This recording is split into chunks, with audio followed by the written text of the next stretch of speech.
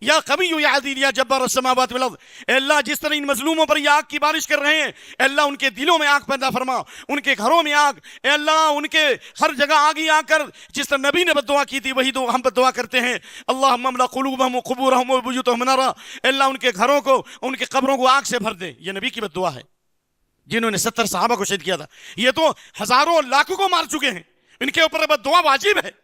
اللہ ان کے گھروں میں آگ نازل کر، ان کے دلوں میں آگ نازل کر، اور اے اللہ ان کے کلچر میں آگ نازل کر، ان کے پر اپنے لشکروں کو مسلط کر، جس طرح تو نے ہٹلر کو مسلط کیا، ٹائٹس کو مسلط کیا، بختنصر کو مسلط کیا، اے اللہ ان پر ان سے بھی بڑے ظالموں کو مسلط کر، ان کو تازیانِ مرد بنا دے یا ارحم الراحمین۔ ہمارے گناہوں کی وجہ سے مسجد اقصیٰ کو یہودیوں کے قبضے میں نہ ڈال، بلکہ مسجد اقصیٰ کو بچا لے۔ اے اللہ ان غریبوں کی مدد کر، اے اللہ ان بے کسوں کی دستگیری فرما، اے اللہ ان بھوکوں کو کھانا کھلا دے، اے اللہ انہیں کپڑے پہنا دے، اے اللہ جو بڑے بڑے منافقین اور یہ فتنہ انگیزی کر رہے ہیں، اللہ ان کو ہدایت دے، یا ان پر ان کے اپنے لشکروں کو مسلط کر۔